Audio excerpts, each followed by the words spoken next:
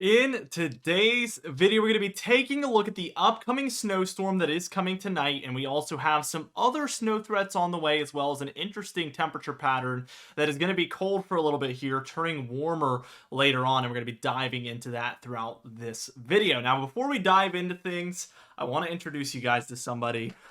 This right here is my puppy that I've had for about a month. So I wish we could pretend that she's a good puppy, but she does still have some puppy tendencies, as you can see. But you might hear her in the background today. My girlfriend is out of the house, so she is going to be in the office with me as we make the video. Isn't she adorable? And guess what? She doesn't have a name yet, so if you guys do have name suggestions, trust me, we've already thought of Biter and Nibbler and Chewer, so you can scratch those ideas. But it is a girl. She is a golden retriever, so if you guys do have name suggestions, let us know in the comments down below. All right, now let's dive into things. Like I mentioned, we do see this snowstorm coming in tonight. I know this video is coming out a little bit later than normal, but we do see that there is already some snowfall onsetting for areas like Illinois, Indiana, Ohio, Kentucky, West Virginia, and into Pennsylvania, as we see our low pressure system near southwestern Virginia there. Meanwhile, we do have warmer air overall for a lot of the west, colder air diving southward here for the central and the eastern states. And then we have this low pressure system moving along that boundary where we see the cold air present. So this is a perfect setup for this kind of southern slider slash mid-Atlantic snowstorm. We do see that it is expected to move out offshore of the kind of Delmarva there, or the eastern shore of Virginia, just at about approximately 3 a.m. overnight tonight. So Saturday morning on February 17th there. We do see heavier snowfall setting up for a lot of West Virginia, Maryland, DC, into Delaware, New Jersey, and Pennsylvania, kind of as we've expected with this one.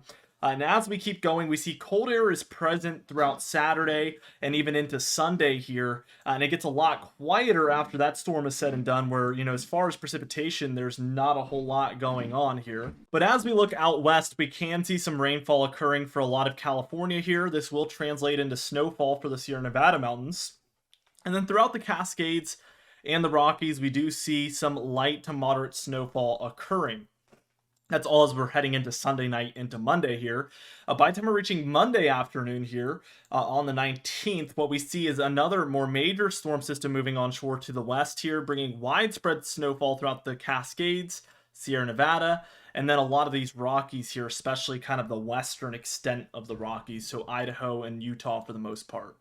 As we reach towards Tuesday here on February 20th, what we see is a lot of storminess out west. Sierra Nevada's again still seeing snowfall. Rocky seeing some sporadic light to moderate snowfall there, and still relatively quiet here in the east by that point. A little bit cooler though, not severely, but it is a little bit cooler, I will say.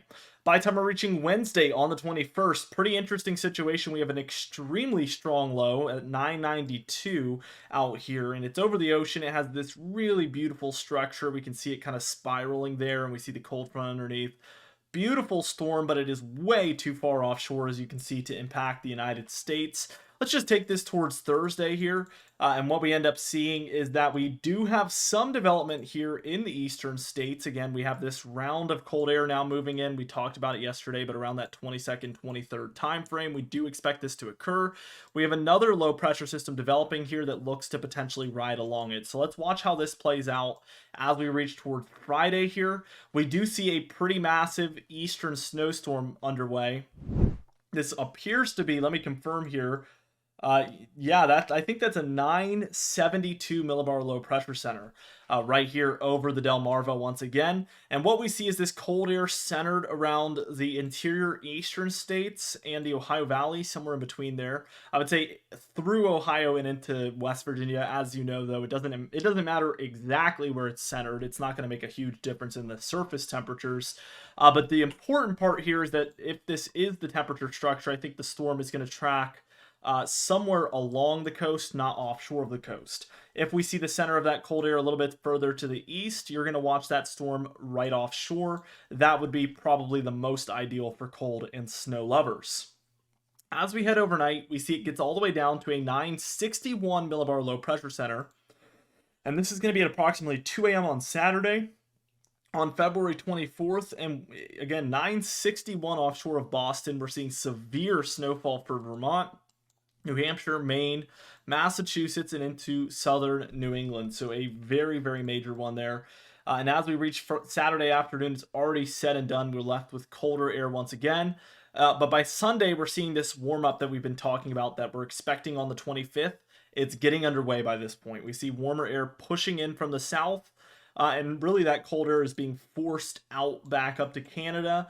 And what we're seeing is actually more snow and more cold out west, and some for the central states. And what this is going to create is more of that negative PNA pattern where there's a trough in the west, ridge in the east, is kind of my expectation after that 25th time frame. And sure enough, I mean, even by time reaching the 26th here, we do have a lot of storminess along the east. It's important to mention that when we have this Gulf flow of warmth, with it also comes storminess and humidity oftentimes. For that northern jet up here in the northwest, we are seeing quite a bit of snowfall throughout the Cascades and the Rockies. So activity out west does not look to slow down anytime soon, maybe even picking up as we approach March, I would say is a more realistic expectation. Now, by the time we take a look at the GFS model, we see the mid-Atlantic snowstorm kind of go as expected. Colder air is around. We move on, we get quieter overall for the east, but here's that coastal system, and it's not quite as intense as that European model was showing it. We get down to a 982, which is still very, very strong. But this one ends up not looking that impactful on this particular GFS model run. Wouldn't be surprised if we see both models move around quite a bit with their expectation, considering this one's beyond 5 days out. But definitely, I think there's some really, really good trends happening for cold and snow lovers. I think that this one's moving in a better direction. Of course, we're seeing fluctuations, but this is one that we pointed out as a potential risk, and now those odds are increasing today from yesterday.